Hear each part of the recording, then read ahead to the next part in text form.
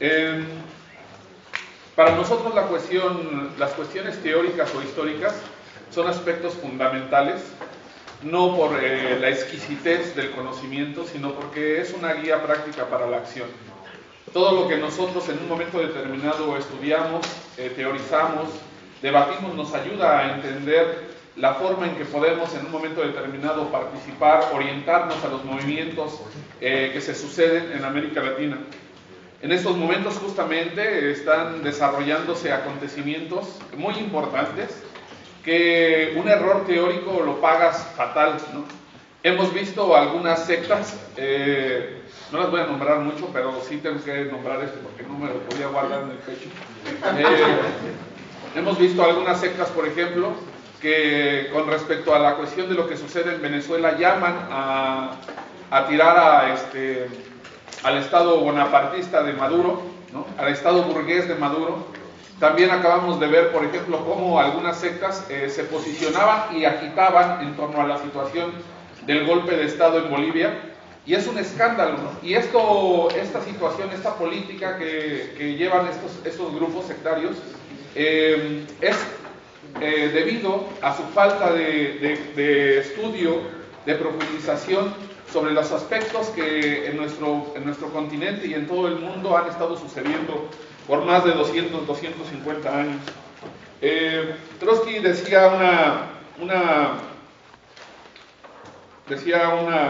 escribió un texto en donde dice: la gran importancia práctica de la correcta orientación teórica se manifiesta con más evidencia en la época de agudos conflictos sociales, de rápidos virajes políticos o de cambios abruptos en la situación.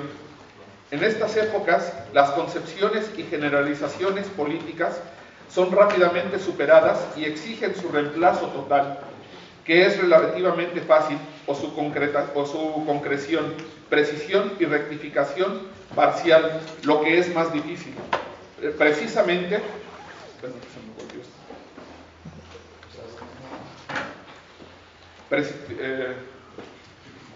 dice Trotsky, precisamente en estos periodos surgen necesariamente toda clase de combinaciones y situaciones transicionales, intermedias, que superan los patrones habituales y exigen una atención teórica continua y redoblada. En una palabra, si en la época pacífica y orgánica, antes de la guerra, dice aquí, todavía se podía vivir a expensas de unas cuantas abstracciones preconcebidas, en nuestra época, cada nuevo acontecimiento forzosamente plantea la ley más importante de la dialéctica. La verdad es siempre concreta.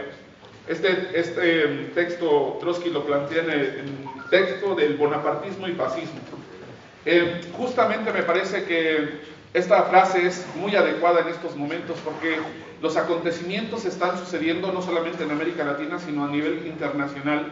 Y estamos viendo procesos muy interesantes en donde en diferentes países la burguesía está perdiendo el control de su Estado, de su aparato político, y esto es, se puede decir así, hasta una de las características interesantes que están marcando este periodo en el que nos desarrollamos.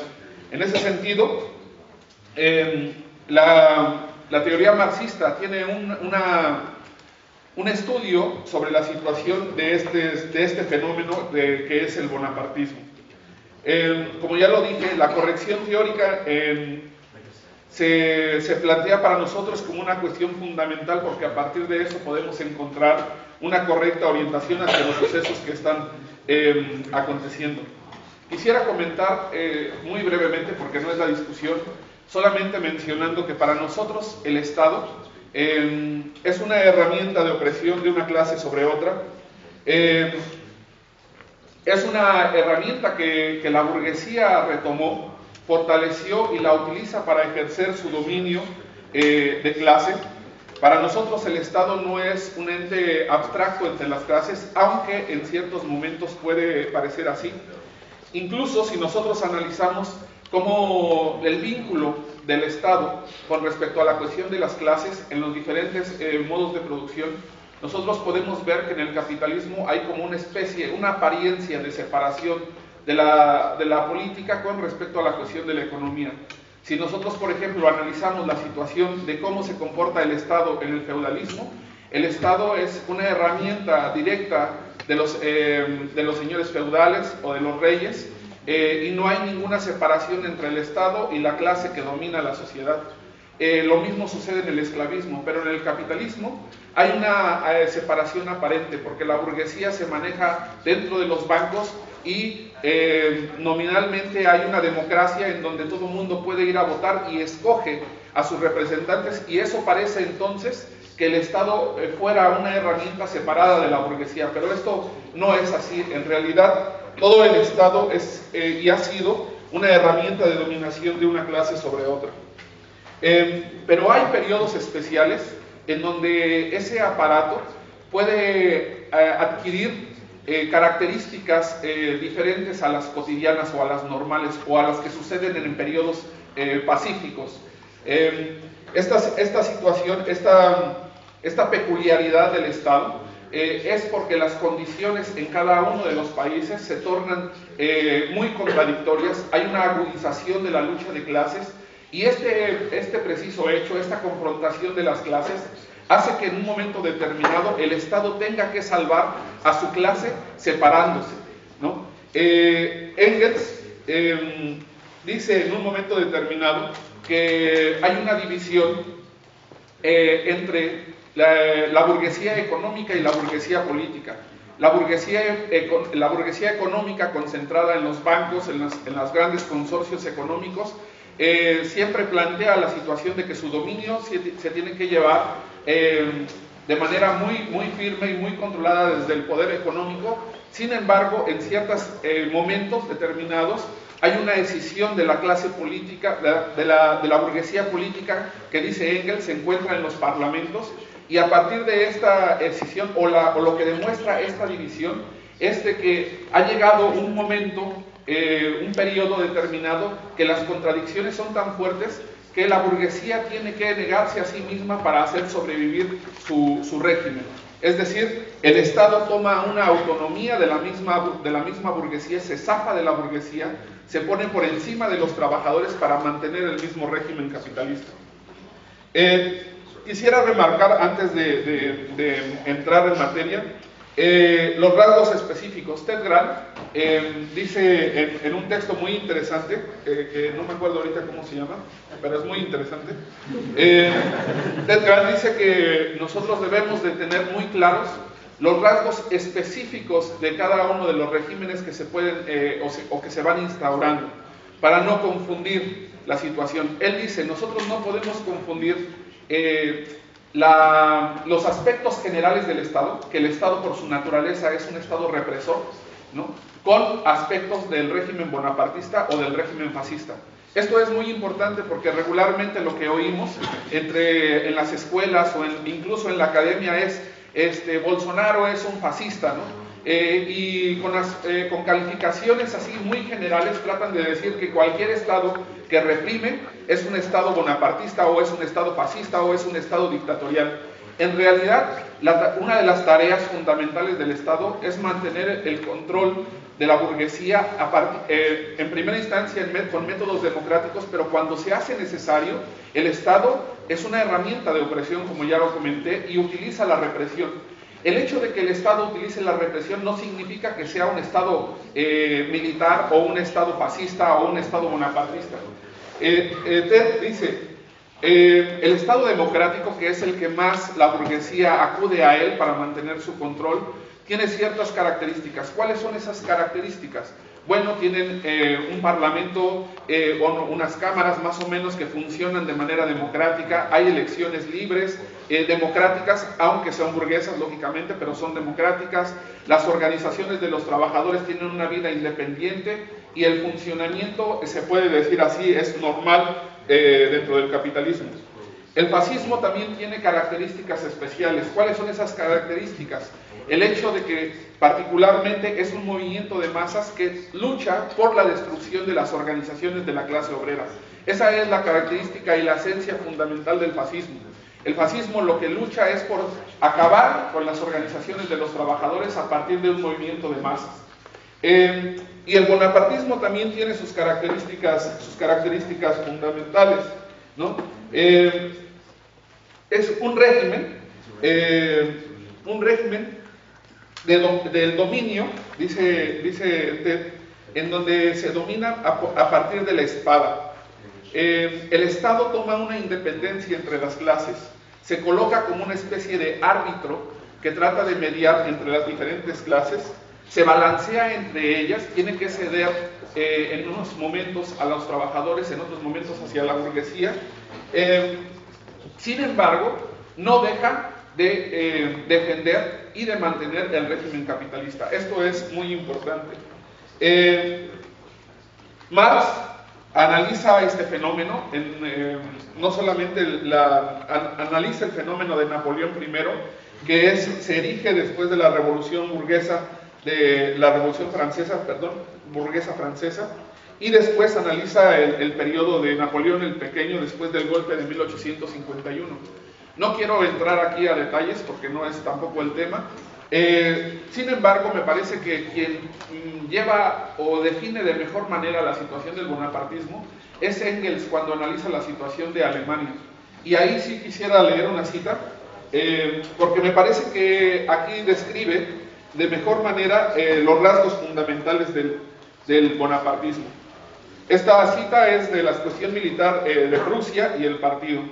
Dice: el bonapartismo es la forma necesaria del Estado en un país en que la clase obrera, aunque haya alcanzado un alto nivel de desarrollo en las ciudades, pero numéricamente inferior a los campesinos en el campo, ha sido vencida en un gran combate revolucionario por la clase de los capitalistas, la pequeña burguesía y el ejército.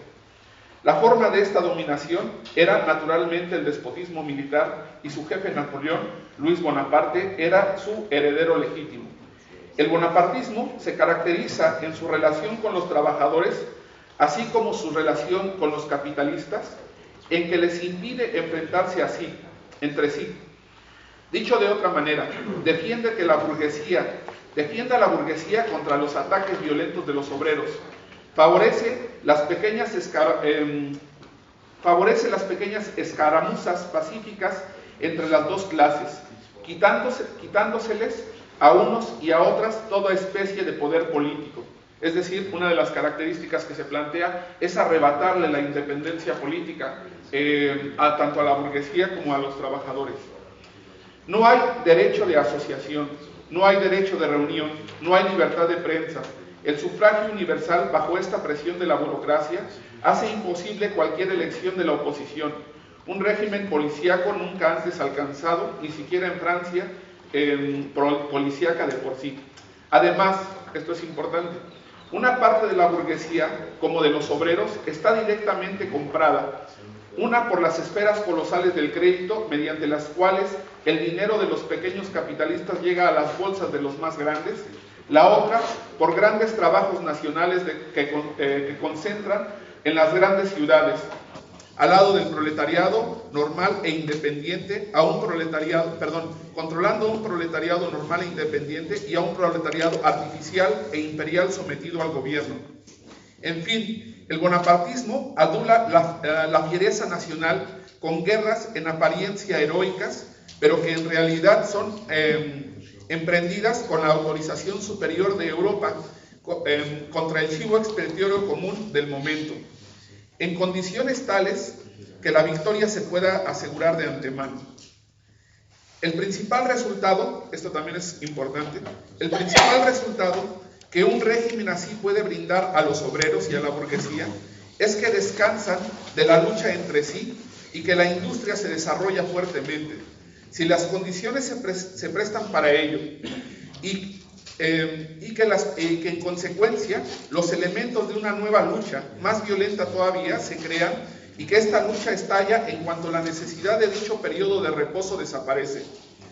Es decir, el bonapartismo es un estado, se puede decir así, de impas, se crea en un estado de impas, en donde el Estado lo que hace es arrebatar la independencia política a los trabajadores por diferentes medios, ya sea o por la represión, ya sea o por la cooptación de dirigentes y de la misma forma a la burguesía, ya sea incluso por la situación el gasto social que ejerce hacia los trabajadores, y que lo que hace o el fin que tiene este régimen es arrancarles la independencia política. Me parecía importante comentar esto porque todo esto lo vivimos de una manera sui generis, como lo comenta Trotsky, en América Latina.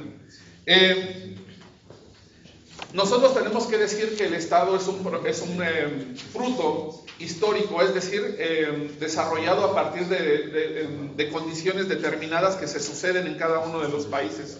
Y a partir de esas condiciones es como se torna la situación del Estado.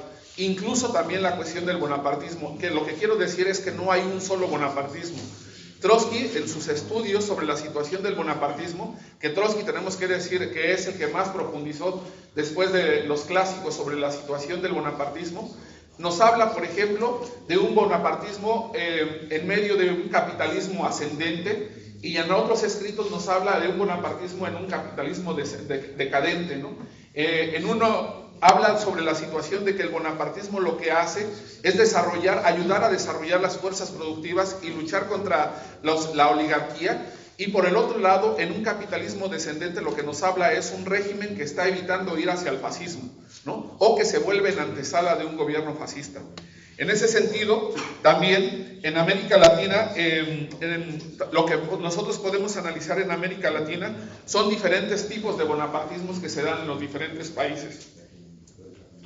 Decir con respecto a la situación de América Latina que además el proceso que se desarrolla a partir de los años 30 en el continente se da sobre varias características que no podemos obviar y que son determinantes para un poco analizar la conformación de estos gobiernos bonapartistas sui generis, como los llama Trotsky.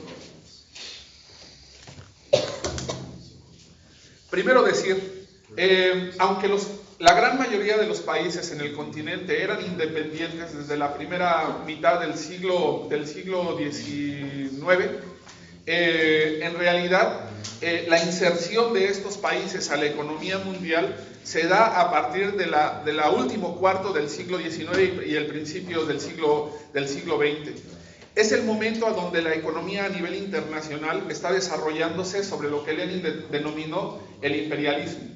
Esto es importante porque al final de cuentas la integración de los países latinoamericanos en este momento, estamos hablando de 1880 a 1990, 1920, la integración de estas economías se da sobre la lógica de un mercado ya muy establecido, en donde hay una división internacional del trabajo y en donde a la gran mayoría de los países latinoamericanos les corresponde el papel de exportación de materias primas.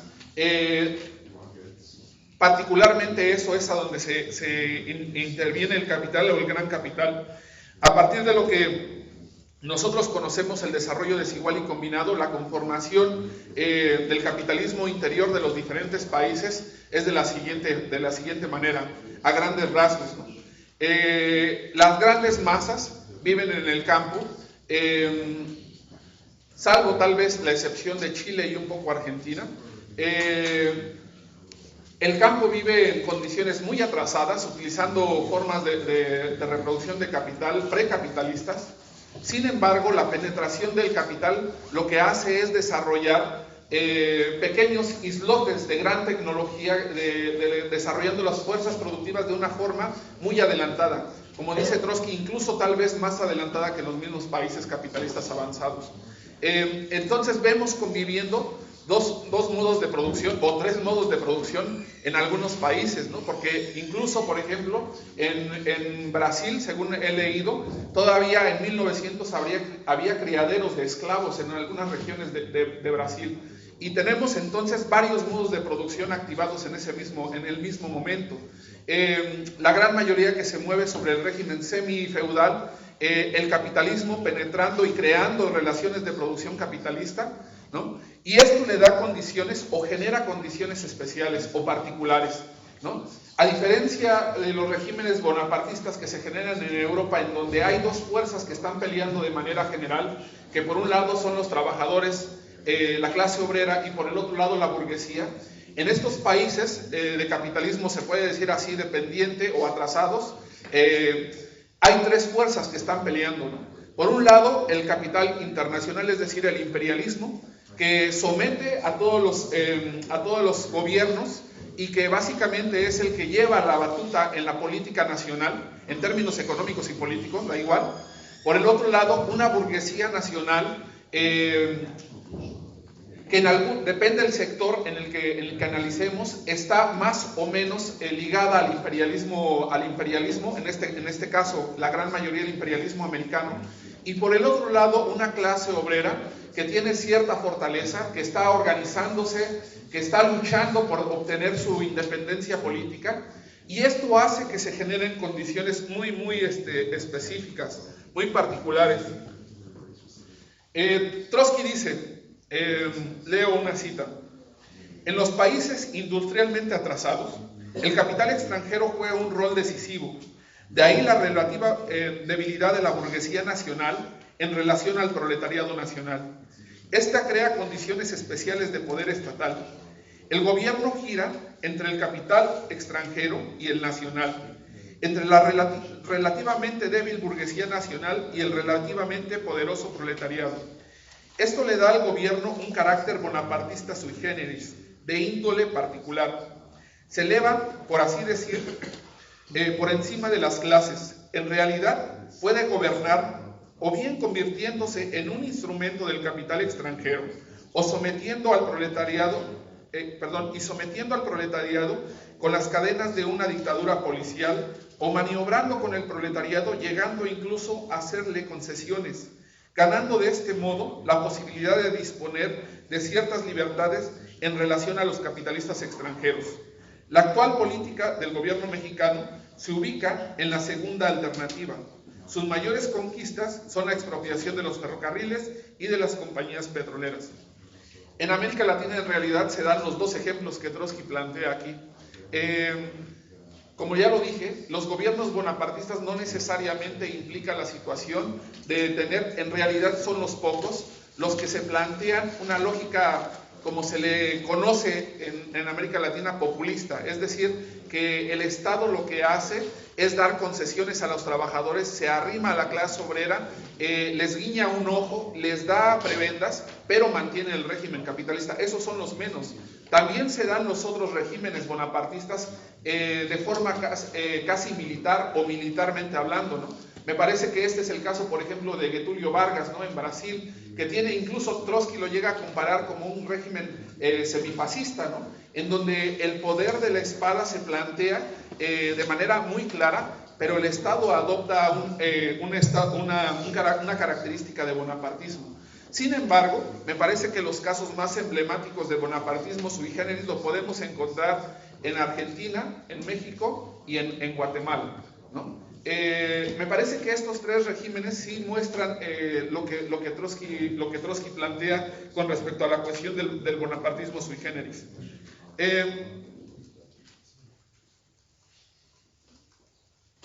El caso mexicano me gustaría tocarlo en profundidad, que es el que mejor describe Trotsky en sus escritos. En México vemos una revolución increíblemente violenta.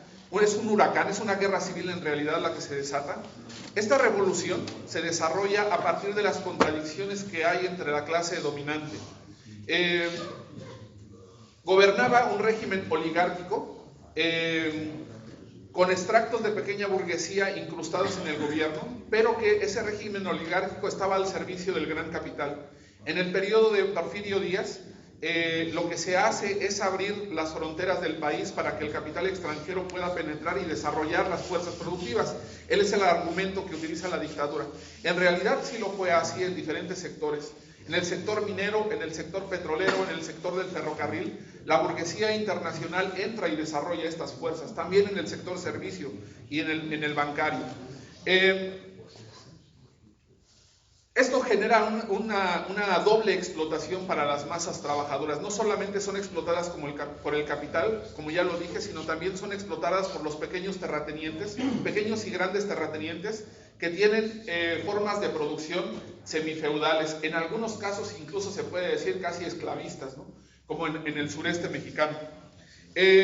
La revolución que irrumpe en 1910 comienza con una grieta o con un conflicto entre la pequeña burguesía nacional, que demanda más espacios políticos para poder acceder al gobierno. Al no acceder el aparato oligárquico, se desata la revolución. La burguesía nacional llama al proceso insurreccional. Quien es la base de la lucha revolucionaria son los campesinos, que salen en masa a las calles a luchar por lo que ellos denominaban la cuestión del reparto agrario, ¿no? El campesino luchaba por la tierra, que ese es un aspecto fundamental de entender.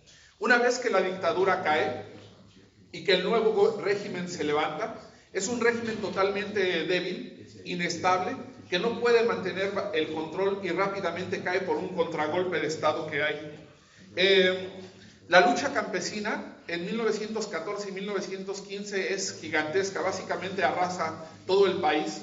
El campesinado en un momento determinado tiene la posibilidad de tomar el poder, sin embargo no lo hace porque el campesinado no es una clase homogénea, no tiene un programa político nacional que pueda organizar a las demás clases en torno a sí. Nosotros nunca hemos dicho que el campesinado no es revolucionario. Lo que nosotros y que el marxismo sí explica es que el campesinado es incapaz de arrastrar por sí solo a la lucha revolucionaria porque no tiene un programa de lucha nacional. Sus demandas son demandas particulares de la pequeña burguesía que no engloban a la generalidad del país. Sin embargo, las únicas clases que podían en ese momento arrastrar al campesinado para cumplir sus objetivos, es decir, la cuestión del reparto agrario, era o la clase obrera o por el otro lado la burguesía, ¿no? Y la clase obrera estaba prácticamente desfondada, no estaba organizada. Los intentos de organización obrera se habían destruido meses antes o años antes de que iniciara la revolución, y es la burguesía quien retoma estas consignas de la cuestión del reparto agrario. Ojo, es quien las retoma, pero no es quien las cumple, ¿no? Porque el papel de la burguesía nacional en todo el continente siempre ha sido un papel de la burguesía cobarde, ¿no? Que nunca ha sido capaz de lograr por sí misma las demandas democrático-burguesas de las masas, o democrático-nacionales de las masas, como lo puede ser la cuestión del reparto agrario, o lo puede ser un régimen democrático, o lo puede ser elevar el proceso de industrialización en el país, o elevar el nivel cultural del país. Todas estas demandas que son democráticas, las burguesías nacionales en ningún caso las ha retomado como suyas. En todos los casos han sido fruto de la lucha revolucionaria que es como se han logrado estas reformas en el continente. El régimen que se instaura una vez que la guerra campesina ha terminado, la guerra civil ha terminado, es un régimen bonapartista. Es un Estado que se coloca por encima de las clases, que se balancea entre una clase y otra, que negocia con los trabajadores para tratar de ceder, por ejemplo, les cede algunos derechos sindicales, pero por ejemplo les pide que no se manifiesten en términos políticos, que no luchen en términos políticos. Esta inestabilidad hace que tenga que organizarse un Estado que se apoye tanto en los campesinos como en los trabajadores, pero particularmente en el ejército. En el ejército fue fundamental. El Estado bonapartista en México no aparece cuando aparece Cárdenas en 1934. El Estado bonapartista en México aparece en 1917, pero es un bonapartismo burgués, porque la base sobre la que se levanta es un régimen burgués, pero es un régimen bonapartista, se puede decir así, normal, clásico, ¿no? Y es con Cárdenas a donde la situación del bonapartismo toma un cambio o hace un giro importante. En el periodo desde 1917 a 1923 se suceden diferentes regímenes, ¿no? El Estado va a tener un papel muy importante en el desarrollo del capitalismo, pero eso lo quiero tocar en un punto aparte. La burguesía nacional no tiene la fuerza suficiente para mantener el poder, y entonces lo que hace es dotar al Estado para que el Estado pueda asumir el poder de la burguesía. Hay una diferenciación entre la burguesía que es incapaz de poder asumir su Estado, y por el otro lado, una capa de militares que se ponen al frente de la política y que ellos son los que desarrollan esa política de la burguesía.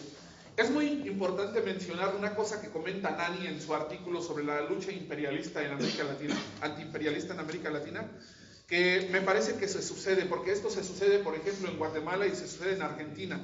No es la burguesía la que en un momento determinado se enfrenta al imperialismo y trata de desarrollar al país.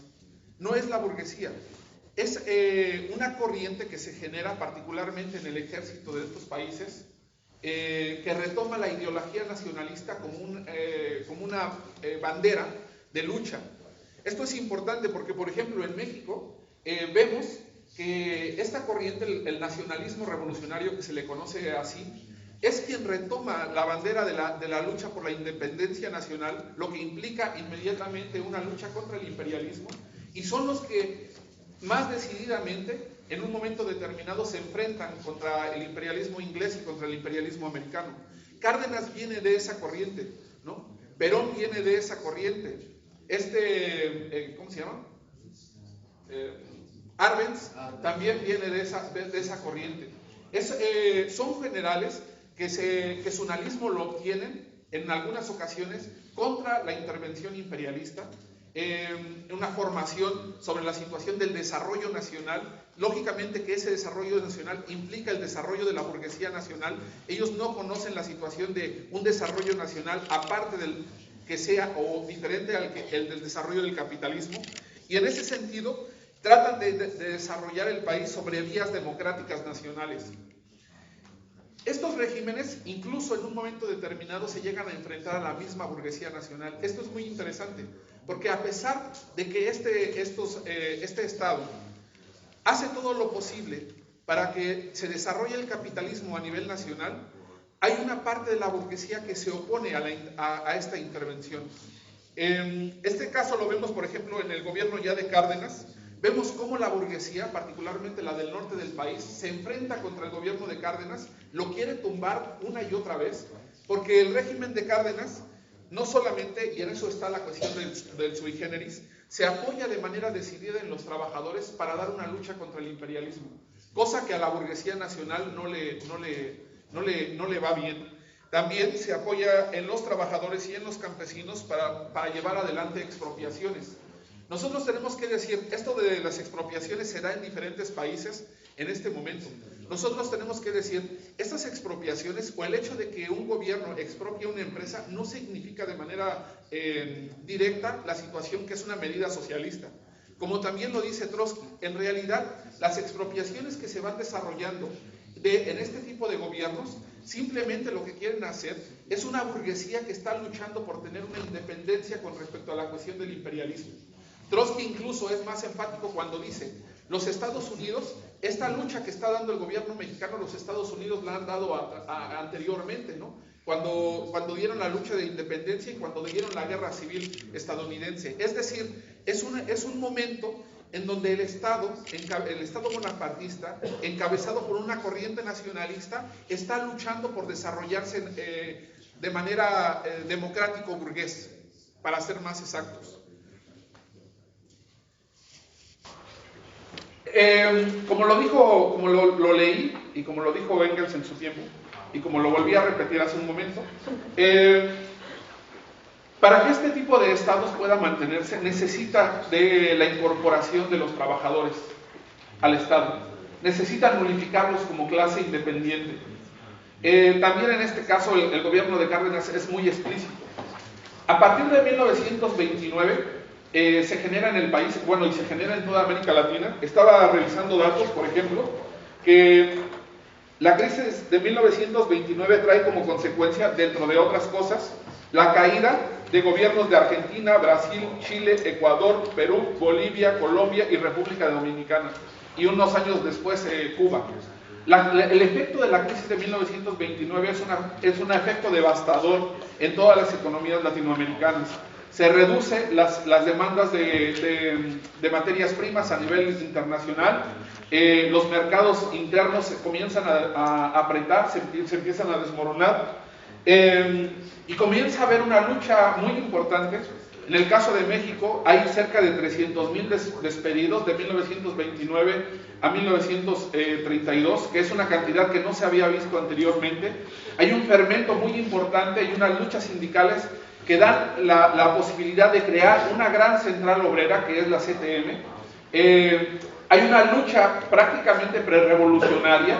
El Estado trata de mantener al movimiento obrero, plantea el régimen de una nueva ley federal del trabajo, la idea de una nueva ley federal del trabajo con la cual el Estado trata de intervenir entre la lucha de los trabajadores, y la forma en que el gobierno trata de terminar con este movimiento no es reprimiéndolo, sino es alentándolo a su organización.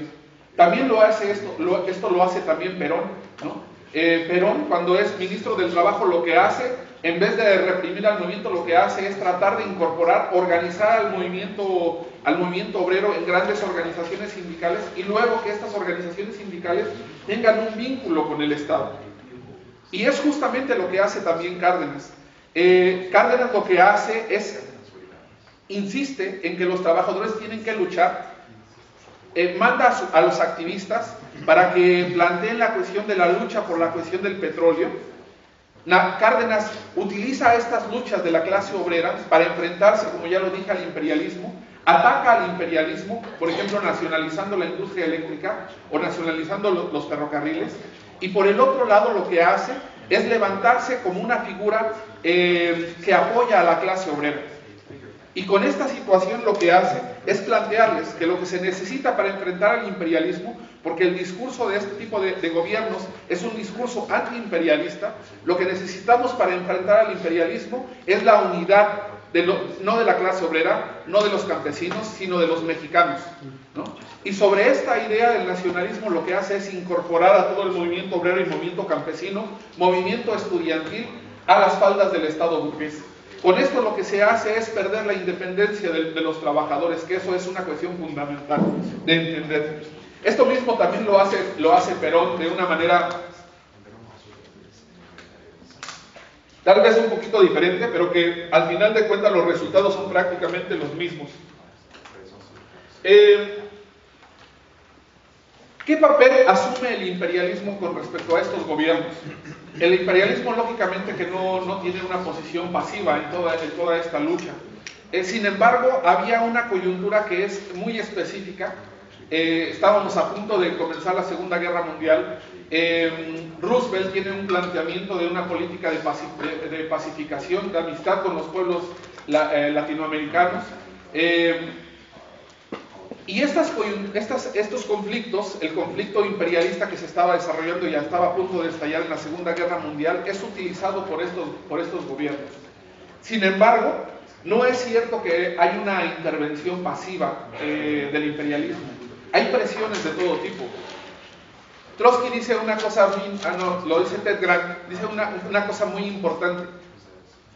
Nosotros podemos ver ¿cuáles son las presiones que hay de parte del imperialismo, de parte de la clase obrera, analizando los giros que hay en este tipo de gobiernos? Porque son giros, porque son gobiernos aventureros, que dan un paso hacia la izquierda, luego retroceden hacia la derecha y así sucesivamente. Se van balanceando entre las clases, su política tiende a ser primero de derecha, luego de izquierda y así sucesivamente. Y esto Ted Grant lo explica y dice: esta situación, esta visión política aventurera que tienen este tipo de gobiernos es por la presión que reciben por parte del imperialismo americano y por parte de las masas, que aunque están controladas, están agitadas en una agitación permanente y que le hacen presión al gobierno. El gobierno de Cárdenas, por ejemplo, nosotros podemos visualizar tres momentos muy elocuentes, ¿no? El primer momento es cuando la primera parte del gobierno, los primeros 2 años, cuando el gobierno cardenista básicamente no hace grandes cambios con respecto a sus antecesores. Lo que hace básicamente es como alinear el aparato del Estado para tener sus propias fuerzas y después ir más adelante. El segundo periodo, los segundos 2 años, es el proceso de radicalización más fuerte del gobierno.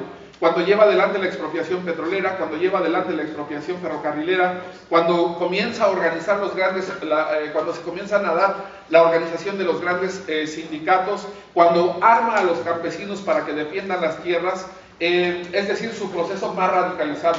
Sin embargo, los últimos 2 años, el periodo de Cárdenas detiene todo el proceso, que iba hacia la izquierda lo detiene, incluso comienza hacia la cuestión de la derecha. El caso, por ejemplo, del sindicato de profesores es muy emblemático. Los profesores juegan un papel muy importante en el periodo de Cárdenas porque son los encargados de llevar la política del cardenismo a todas las regiones del país. Es un sector muy radicalizado. El Partido Comunista tenía un papel muy importante ahí dentro de este sindicato. Lógicamente su política era de adaptación totalmente. Pero cuando Cárdenas da el giro en el 38 o detiene el proceso que va hacia la izquierda, hay grandes rupturas en el sindicato de profesores. Hay una confrontación muy fuerte porque la clase obrera, particularmente los profesores, están en la idea de seguir avanzando sobre la lógica de la educación socialista, lo que significaba era la situación de poder enseñar a la gente pobre, de llevar adelante más expropiaciones, de la toma de fábricas. Sin embargo, el gobierno de Cárdenas recula y se va hacia la derecha. ¿Esto por qué es? Porque algunos que se preguntan, ¿por qué después del gobierno de Cárdenas siguió un gobierno de derecha? Y aquí justamente entra lo que Trotsky decía, ¿no? Perdón, lo que Ted Grant decía. Después de 1938 comienza un bloqueo muy importante, no solamente al petróleo, sino a las mercancías mexicanas por parte del imperialismo americano y el imperialismo inglés, que hace que el gobierno comience a recular sobre la situación de su política. Él es tan claro que dice, si yo hubiera escogido como sucesor a Mujica, la situación hubiera llevado a una intervención imperialista de manera directa con respecto a México. Lo que hace en todo caso es recular o da un giro hacia la derecha. Esto también es muy importante entenderlo porque en todo caso estos gobiernos tienen vaivenes, pero no quiere decir que al final de cuentas sean gobiernos que vayan a romper con el capital, sino que lo hacen para mantener precisamente al capitalismo. Quisiera tocar qué características también tienen este tipo de bonapartismos en términos económicos, que es muy interesante, porque regularmente lo que se dice es que este gobierno, o este tipo de gobiernos, plantean una cara al imperialismo y eso necesariamente implica que sean revolucionarios, y también implica que es en beneficio de nosotros los trabajadores, y esa situación no es necesariamente así. Trotsky dice que en un momento determinado se vendió en todos los países latinoamericanos, se vendió la idea que la lucha contra el fascismo era la cuestión fundamental, y esto lo que planteaba al final de cuentas era aceptar la situación del imperialismo. Es decir, como el imperialismo americano no era fascista, entonces contra él no teníamos que luchar, ¿no? Y se tomaba como una bandera fundamental la cuestión de la lucha contra el fascismo, olvidando que la burguesía nacional, aunque no se dijera fascista, aunque fuera muy democrática, al final de cuentas seguía siendo una burguesía y que seguía explotando a la cuestión de los trabajadores. Esto es muy interesante porque ahora me parece que hay una situación muy parecida, ¿no? Hay la bandera del neoliberalismo, la lucha es contra el neoliberalismo, tenemos que acabar el neoliberalismo, dejando de lado la situación de la lucha contra el capitalismo y la lucha contra el imperialismo. En aquellos momentos también se utilizaba una forma más o menos parecida a la lucha contra el fascismo. Este tipo de estados lo que hace es la cuestión de la nacionalización de las empresas para desarrollar el capitalismo. El Estado juega un papel fundamental, a diferencia de los países europeos, donde la burguesía es la que organiza a su Estado, para que el Estado pueda dar la lucha por sus intereses económicos. En este tipo de países atrasados, el Estado es el que desarrolla a la burguesía y utiliza todas las herramientas que hay a su disposición para fortalecer al capital. En México también es muy emblemática esta situación. Es el Estado el que crea, por ejemplo, los grandes bancos, el Banco Agrario, el Banco Nacional. Utilizan la política de la protección del mercado, es decir, cierran las fronteras para que se desarrolle el mercado interno, nacionalizan grandes empresas para utilizar el capital de esas empresas para invertir en infraestructura que a la burguesía le va a beneficiar, utiliza el Estado para, por ejemplo, abrir nuevas rutas sobre las cuales donde se puede desarrollar la burguesía. Trotsky, en algunos de sus escritos sobre la situación de México y América Latina, le llama a esto capitalismo de Estado. Nosotros regularmente no utilizamos ese término porque es muy confuso. Engels tiene otra forma de llamarlo. Engels dice que es...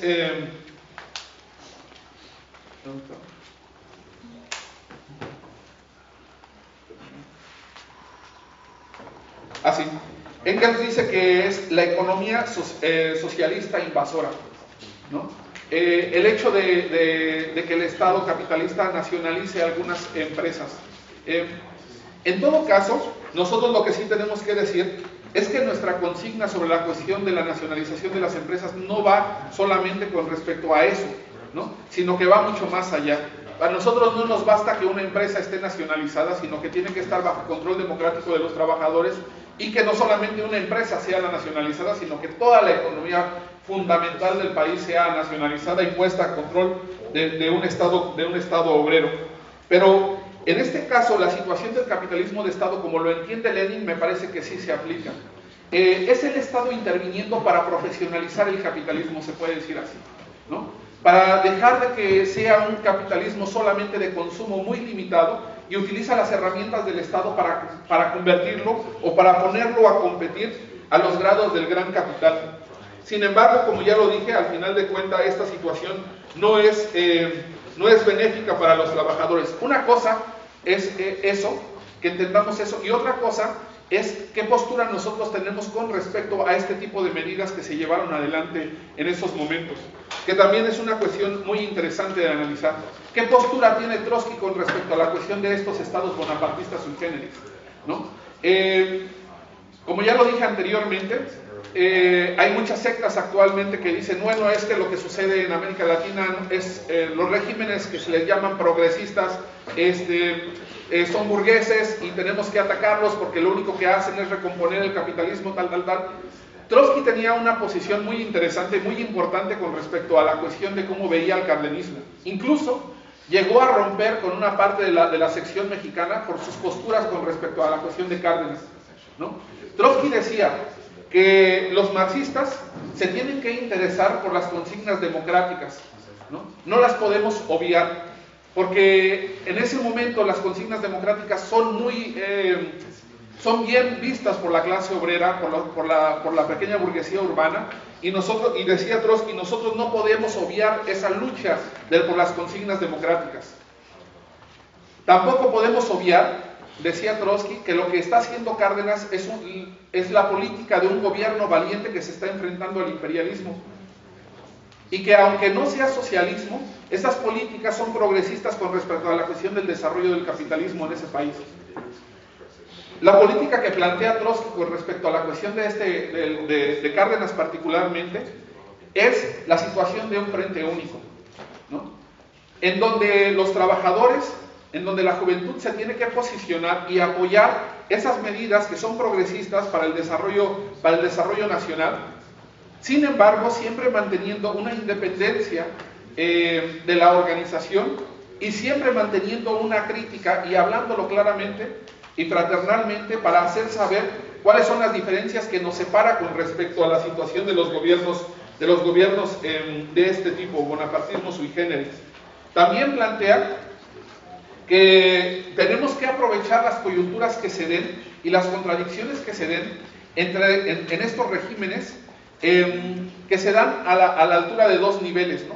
En primera instancia, del gobierno con respecto a la cuestión del imperialismo, ¿no? Que lo hace chocar a estos gobiernos con respecto a la cuestión del imperialismo, que tenemos que aprovechar esas rupturas que haya, y luego las rupturas que hay de ese gobierno con la burguesía nacional y con los trabajadores. Trotsky decía que nosotros teníamos que estar muy alertas sobre estas contradicciones que se generan en estos regímenes para aprovecharlas y poder desarrollar la organización revolucionaria. Él decía, el régimen de Cárdenas no es nuestro gobierno, no es lo que nosotros aspiramos, ¿no? Nosotros no confiamos en que estos tipos de gobiernos solucionen los problemas de los países capitalistas atrasados. La única forma de poder solucionar los problemas de estos países es con la revolución socialista. Sin embargo, nosotros lo que sí tenemos que hacer es tener una política de aproximación a las masas que están desarrollándose en ese entorno. Incluso llega a decir que la política del Frente Popular, que se desarrolla en todos los países en esos momentos por parte de los partidos comunistas, dice, la política del Frente Popular en países como en México, donde ese Frente Popular se enfrenta al imperialismo, no es tan reaccionaria como la política del Frente Popular, en donde ese Frente Popular lo que hace es detener la lucha revolucionaria de los trabajadores, ¿no? Con esto quiero decir que Trotsky lo que veía era básicamente las circunstancias que se desarrollaban en cada uno de los países. No utilizaba como frases abstractas para tratar de orientar el trabajo, sino que analizaba las particularidades de cada uno de los países y a partir de eso se desprendía nuestra táctica. Termino comentando una cosa que me pareció interesante en el documento de TED sobre la situación de la revolución colonial, ¿no? Después de la Segunda Guerra Mundial, decir que yo creo que uno de los grandes logros de la tendencia de la internacional fue justamente analizar los procesos que tomaron en todos los países excoloniales las revoluciones coloniales que se desarrollaron después de la Segunda Guerra Mundial. En muchos casos, las revoluciones que comenzaron como independencia nacional, terminaron en el bonapartismo proletario. Yo quería hacer una breve comparación sobre la situación de esto, del régimen de bonapartismo proletario en algunos países de capitalismo atrasado y la cuestión del bonapartismo sui generis que plantea Trotsky. En términos concretos, podríamos decir que lo que podemos hacer es comparar brevemente lo que sucedió en Cuba en 1959 en adelante y lo que sucedió con el régimen de Cárdenas. Sí hay diferencias y son diferencias sustanciales. La más importante es que los regímenes bonapartistas, particularmente los bonapartistas sui generis de América Latina, no rompen las bases del capitalismo, sino lo hacen para desarrollar el capitalismo. Lo que hay en Cuba es una expropiación de la burguesía imperialista, de la burguesía nacional, y terminan con el régimen de explotación capitalista. Es decir, lo que hay en Cuba no es una situación de un golpe bonapartista para desarrollar el capital, sino lo que hay es una revolución, ¿no?, que acaba con el capitalismo, acaba con las formas de producción capitalistas, al nacionalizar toda la industria. Esa es la diferencia fundamental, que las bases sobre las que se levantan los dos regímenes, aunque el régimen también en Cuba podamos analizarlo como un régimen bonapartista, la base sobre la que se levanta es una base totalmente diferente. Es una base proletaria de economía nacionalizada, y en los regímenes como por ejemplo de Perón o de Cárdenas o de Guatemala, nunca se abolió el capitalismo y la intención nunca era abolir el capitalismo, sino mantenerlo, ¿no? De ahí la diferencia fundamental entre el régimen de Castro, por ejemplo, con respecto a la cuestión de Cárdenas y los demás regímenes. Lógicamente que hay muchas más diferencias, pero esa no es el caso comentarlo. Yo quisiera terminar diciendo que sobre esta base, sobre estas ideas, deberíamos de darnos a la tarea, y yo creo que la Internacional lo ha hecho en el último periodo, analizar cuál es la caracterización de este tipo de gobiernos, que algunos les llaman populistas, otros les llaman progresistas. En la actualidad, no me voy a meter porque seguramente Jordi va a hablar sobre esta situación, decir lógicamente que no todos tienen el mismo corte, no todos llegan al poder de la misma forma, no todos desarrollan una política de régimen bonapartista. Sin embargo, sí tenemos que decir que el hecho de que estos regímenes estén sucediendo en estos últimos años, lo que plantea es una situación totalmente convulsiva para la región. También quiere decir que si nosotros no hemos comprendido de manera clara lo que ha sucedido anteriormente con los regímenes, por ejemplo, de Vargas en Brasil, con el régimen de Arbenz en Guatemala, o de Cárdenas en México, o de Perón en Argentina, nos estamos perdiendo de una herramienta muy importante para analizar no solamente qué tipo de regímenes se pudieron implementar en los años pasados, cuáles fueron las características que tienen estos estados, cómo es o cuáles son las condiciones en las que se desarrollan, sino también cuál es la aproximación de los marxistas a este tipo de estados, ¿no? Me parece que en términos generales, ahorita los compañeros podrán ampliar, pero la idea fundamental es de que nosotros, el debate teórico que nosotros podemos desarrollar siempre va acompañado de la mano de qué hacer para construir la organización. En esos momentos, la sección mexicana, que tenía aproximadamente 100 miembros, Trotsky no dudó en romper con una ala sectaria que planteaba que el régimen de Cárdenas era un régimen burgués y que se tenía que llamar a una acción directa contra el gobierno de Cárdenas, ¿no? Y lo separó y les dijo, ¿saben qué? Es que nosotros no podemos aproximarnos así, nosotros tenemos que tener un método de aproximación hacia el movimiento obrero y tenemos que, a partir del análisis que hacemos, podemos buscar consignas transicionales que nos puedan ayudar a conectar con esas masas, ¿no?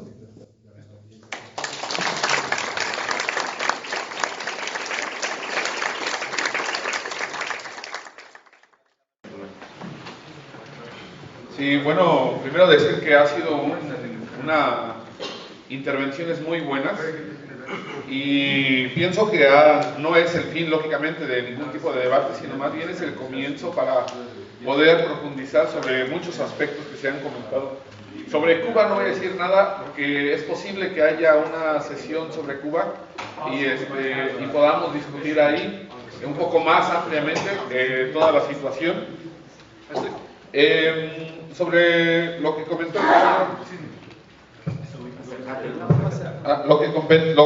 el compañero Oscar, solamente decir una cuestión.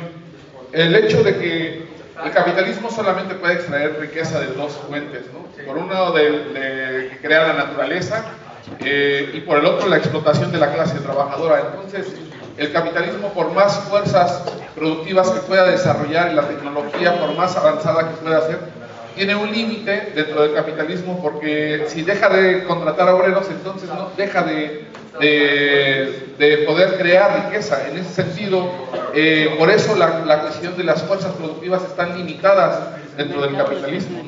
En ese sentido también tenemos que decir que por más de que se quiera desaparecer la clase obrera, va a ser casi imposible dentro del capitalismo.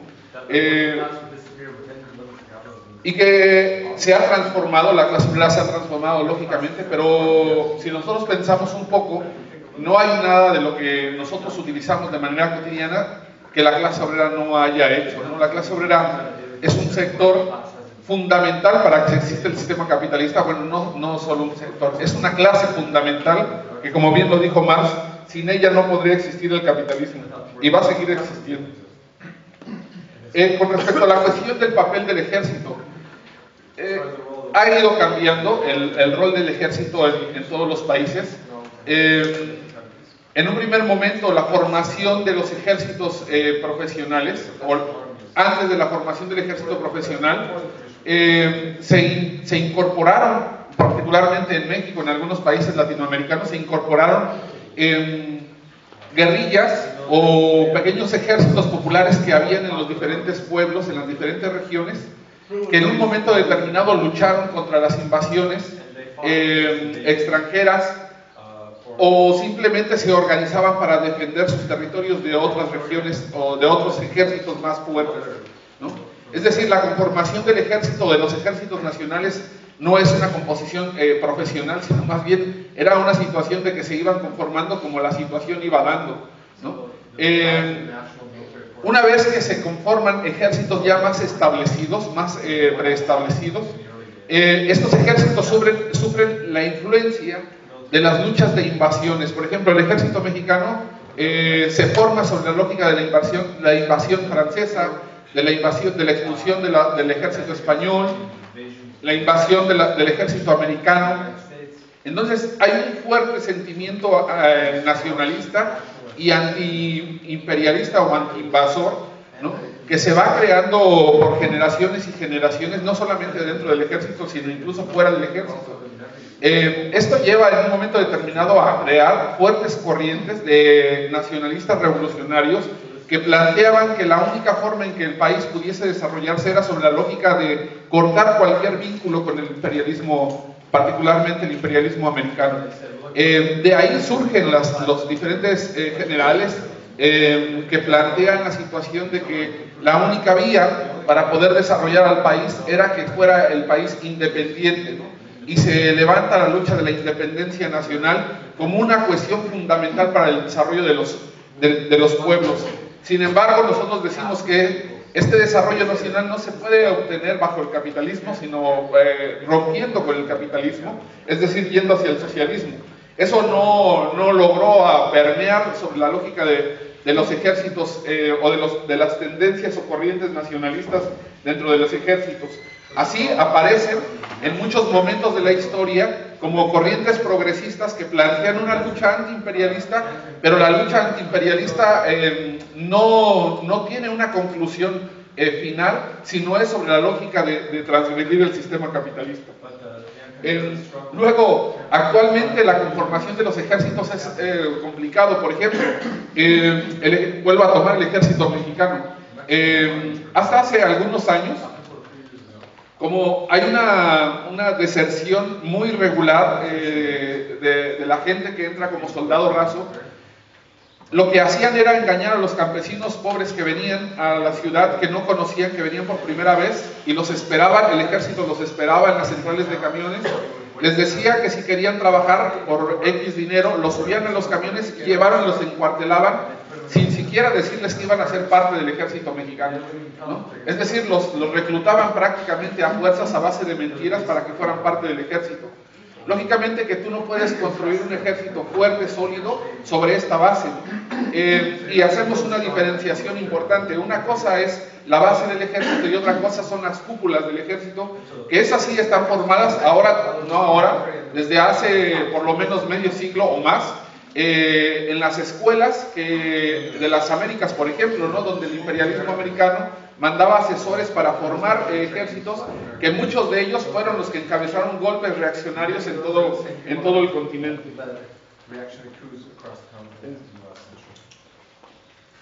Sí, yo estoy de acuerdo con lo que han dicho varios compañeros sobre la lógica de que casi en todos los países ha habido regímenes bonapartistas, ¿no? Y como lo han dicho también los compañeros, sobre muchos colores, o sea que tienen muchos matices. A partir de las condiciones que se generan en cada país es como el bonapartismo tiende a ser o un poco más progresista o con tendencias más reaccionarias, pero me parece que el bonapartismo juega o jugó un papel fundamental, porque en realidad lo que jugaba, o el papel que jugaba el bonapartismo, era la cuestión de la consolidación o el desarrollo del capitalismo nacional, ¿no? De ahí que pudiese tener algunos rasgos democráticos o algunos rasgos progresistas, pero la esencia fundamental del bonapartismo es la anulación política de la participación independiente de la clase obrera, y eso no puede tener en realidad nada de progresista, porque al final de cuentas lo que hace es cortar la posibilidad de que la clase obrera pueda jugar un papel revolucionario, ¿no? Y en ese sentido, incluso en los momentos y en los puntos más progresistas, ¿no?, se le roba la posibilidad de que la clase obrera pueda ir más allá. Y lógicamente, como lo dijo Alessandro, como lo dijo también Jordi, el papel de la vanguardia de la clase obrera tuvo mucho que jugar, ¿no? Jugó un papel muy nefasto para la consolidación de estos regímenes bonapartistas. Dice Ted Grant que justamente Ted Grant tiene un texto en donde polemiza con Pierre Frank sobre la situación del bonapartismo, y Pierre Frank decía es que el bonapartismo se presenta en todos lados, incluso en las organizaciones obreras, y por ejemplo de ahí se desprende la cuestión de la política del Frente Popular, pero en realidad esta situación no es. Lo que sí es que los bonapartistas, el régimen bonapartista lo que hace es facilitar la política del Frente Popular. Y lógicamente que esta política del Frente Popular es auspiciada y retomada por el estalinismo de una manera escandalosa. En México, por ejemplo, sobre esta idea del Frente Popular se desarrolla una política que se le llama, lo comentó Che, la política de unidad a toda costa. Esto lo que quería decir era que teníamos que evitar que hubiera una ruptura entre los obreros y el gobierno progresista de Cárdenas. Y para evitar esa ruptura, lo que hizo el Partido Comunista Mexicano es entregar toda la dirección del movimiento obrero a gente allegada al gobierno. Fue tan vergonzoso que incluso algunos sindicatos salieron de la CTM en protesta de esta política de los comunistas mexicanos al entregar la dirección del partido, la dirección del movimiento obrero a gente cercana a Cárdenas. Y lógicamente que eso tuvo una repercusión, particularmente en México, no de algunos años, ¿no? Aquí la incorporación de los sindicatos al Estado duró más de 70 años, porque el régimen bonapartista de Cárdenas terminó, pero la estructura que él montó, es decir, la subordinación del movimiento obrero, que estaba integrada al Estado, la subordinación del movimiento campesino, que también estaba subordinada al Estado, el movimiento social también estaba subordinado al Estado, incluso las organizaciones estudiantiles se subordinaron al Estado. Se organizó lo que Trotsky llamó un frente único llamado partido, o sea, que un frente popular organizado como partido. El PRI fue eso. El PRI era un partido, el PRM primero, luego fue el PRI, fue un partido en donde todos los sectores de la sociedad tenían que participar a partir de las agrupaciones de las grandes organizaciones obreras. Entonces todos los sindicatos, o la gran mayoría de los sindicatos, pertenecían al partido que pertenecía al gobierno en turno y que ponía el presidente. Era una estructura totalmente corporativa que se basó precisamente en los recursos, o se mantuvo por los recursos que tuvo como sí la expropiación petrolera, y que el gobierno lo que hacía es dar muchas concesiones a los trabajadores. Creó el seguro social, creó la infraestructura nacional, creó escuelas, creó tal, ¿no?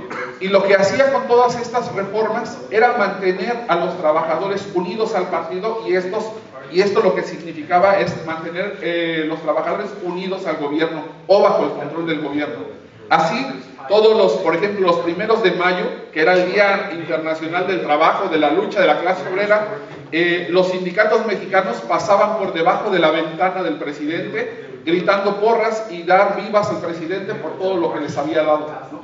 Eso era el bonapartismo. Trotsky tiene un texto muy interesante donde explica que en la época del imperialismo los sindicatos no pueden ser neutrales, ¿no? En realidad solamente tienen dos caminos: o juegan un papel revolucionario o se adaptan a la política del capitalismo, y en todo caso lo que hacen es tratar de jugar un papel de convencer a los capitalistas para que les puedan ser más sus amigos, o al gobierno particularmente, ¿no? No puede en la época imperialista haber sindicatos democráticos, y de ahí la posibilidad o la necesidad de que todos los sindicatos se arrimen al Estado y formen parte de la estatización. Trotsky dice, no solamente este fenómeno se da en los gobiernos democráticos o en los gobiernos fascistas, también en los gobiernos bonapartistas. En ese sentido, decía él, es parte general de un proceso de recomposición del capital en donde el imperialismo ha logrado, o más bien ha borrado la competencia entre los capitalistas, y esta competencia que antes utilizaban los sindicatos para poder luchar por mejores salariales, ahora esa situación ya no es así. Y en ese sentido, los sindicatos asumen un papel diferente. Como no tienen una política revolucionaria, lo único que tienen frente a sí es tratar de convencer al Estado de que les sea más favorable, y de ahí su incorporación hacia la cuestión del Estado.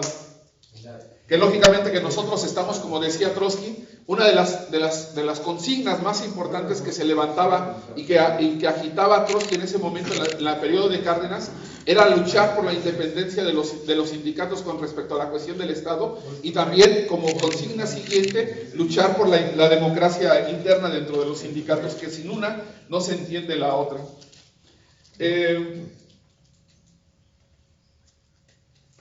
Hay una cuestión que leyendo los textos, que para preparar un poco la situación, me saltó, no lo toqué en la introducción, pero ahorita que el camarada Carlos habló sobre la situación de Chile, me volvió a la cabeza, ¿no? Trotsky en uno de los capítulos de la historia de la Revolución Rusa plantea la situación en términos de pregunta, o no me recuerdo si es de pregunta, sobre la situación del posible bonapartismo de Kerensky, ¿no? Es muy interesante el planteamiento que hace Trotsky en este análisis, porque él dice, en realidad tiene rasgos característicos de un bonapartismo, sin embargo no lo llegó a hacer el régimen de Kerensky, ¿no? Y dice una cosa muy interesante, dice, al final de cuentas este gobierno, este régimen, solamente podía existir como preámbulo de una revolución socialista o de un levantamiento fascista, ¿no? Es decir, es un régimen que no entra dentro de los parámetros ni de uno ni de otro, sino es como un régimen de transición ¿no? Y eso me llamó mucho la atención en el sentido de que cuando un proceso revolucionario estalla y las masas están en las calles, hay necesariamente bruscos giros hacia izquierda y hacia derecha que hacen que los gobiernos no puedan en un momento determinado tener clarificación sobre la situación hacia dónde ir, y que puedan tener o que puedan acabar ya sea en una revolución proletaria o ya sea en un régimen fascista, porque el proceso lo que hace es agudizar todas las contradicciones y tiende la posibilidad solamente sobre dos vías. Me parece que eso fue en un momento determinado el gobierno de Allende, un gobierno que al no poder avanzar o no avanzar de manera decidida hacia la situación de la revolución proletaria, daba la posibilidad y dio la posibilidad para que en este mismo proceso de transición se gestaran las fuerzas que pudiesen en un momento determinado dar el golpe final, ¿no? Y claro, como lo dijo Jordi, ¿no? Lo que se instaura es un régimen bonapartista, pero también lo dice, no me acuerdo dónde lo leí, pero también lo dice, creo que es un régimen bonapartista que no es el único, con tintes fascistas, ¿no? Con métodos fascistas, que en un momento determinado utiliza los métodos que utilizó el fascismo para aplastar a los trabajadores. Sin embargo, como lo dije en un primer momento, no porque un régimen tenga como características de otro, signifique que adopte la medida, ¿no? El Estado tiene y aplica la represión de manera indiscriminada como régimen fundamental o como parte fundamental del Estado mismo, sin querer decir que cambie o que sea fascista o que sea bonapartista, etcétera, etcétera. En ese sentido pienso yo que el proceso que vive Allende es un gobierno, lo que yo pienso, un gobierno que va en transición hacia algún punto, ¿no? Que no podía quedar a la mitad por las fuerzas que se estaban moviendo de la clase obrera. Por el otro lado, el papel de la burguesía que estaba empeñada en terminar con este gobierno, y al final de cuentas, la burguesía, como sucede en estos casos, en donde el proletariado no tiene una dirección firme, la burguesía sí es firme y más clara y más consistente en sus intereses y lleva hasta sus últimas consecuencias su política para terminar con este régimen. La situación de si el bonapartismo tiene algo que ver con la situación del Estado benefactor, esto, como ya lo dijimos, depende de cada uno de los países. En realidad el Estado benefactor se asimila más como parte de la política keynesiana, ¿no? Una política más del Estado en el capitalismo de intervención para generar o impulsar la cuestión del mercado, y no necesariamente implica que tenga que tener un régimen bonapartista, aunque en algunos lugares el régimen bonapartista implicó esas medidas, ¿no? Pero no necesariamente me parece que tiene que ser así.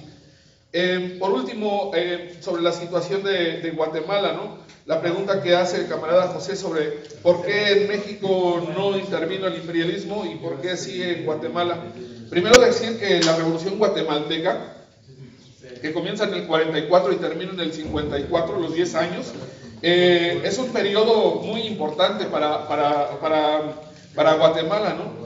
Los gobiernos primero de José Arévalo y después de Jacobo Arbenz juegan un papel muy importante, no sobre la cuestión de la lucha por el socialismo, sino más bien de rescatar a Guatemala de un atraso secular que vivía aquel país, ¿no? Y empiezan a aplicar una serie de medidas democráticas, como por ejemplo la cuestión de planes de infraestructura y desarrollo industrial del país.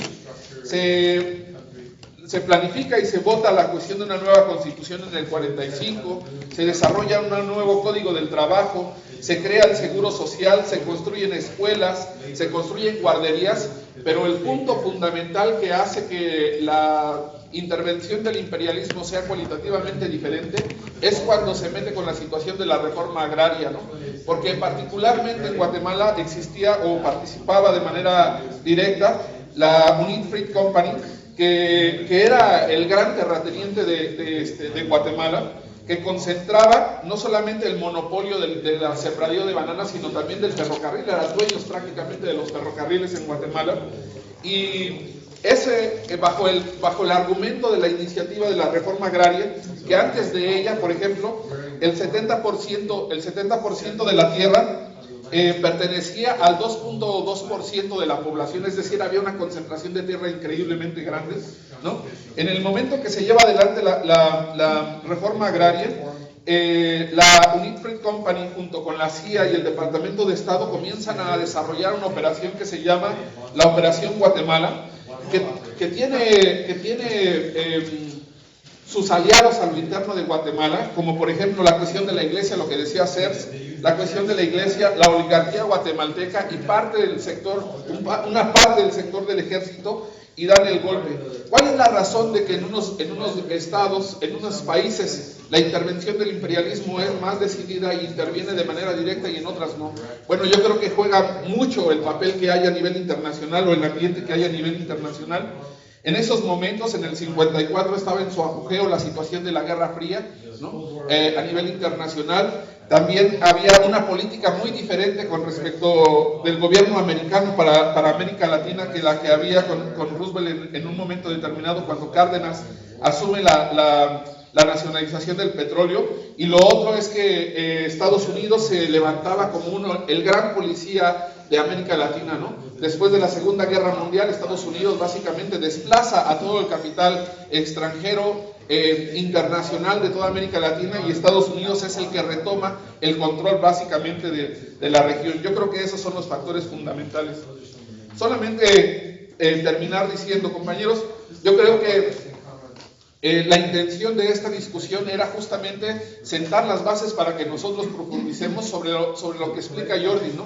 No empezar el debate sobre la cuestión de estos son los parámetros del bonapartismo y quién sí y quién no llena estos parámetros, sino más bien comenzar sobre lo que está sucediendo en los diferentes países, cuáles son las características en las que ese país se suma al ambiente internacional, al grado de explotación a nivel internacional, y a partir de eso poder contestarnos qué tipo de régimen hay, qué tipo de Estado hay y qué formas va a obtener o qué formas vamos a tener que desarrollar para poder conectar con los trabajadores, que ese es al final de cuenta los trabajadores y la juventud, que ese es al final de cuenta la cuestión más importante para nosotros, ¿no? Creo yo que la discusión ha sido muy buena, como ya lo comenté, y me parece que es un arranque muy, muy interesante para las sesiones que restan de la Panamericana.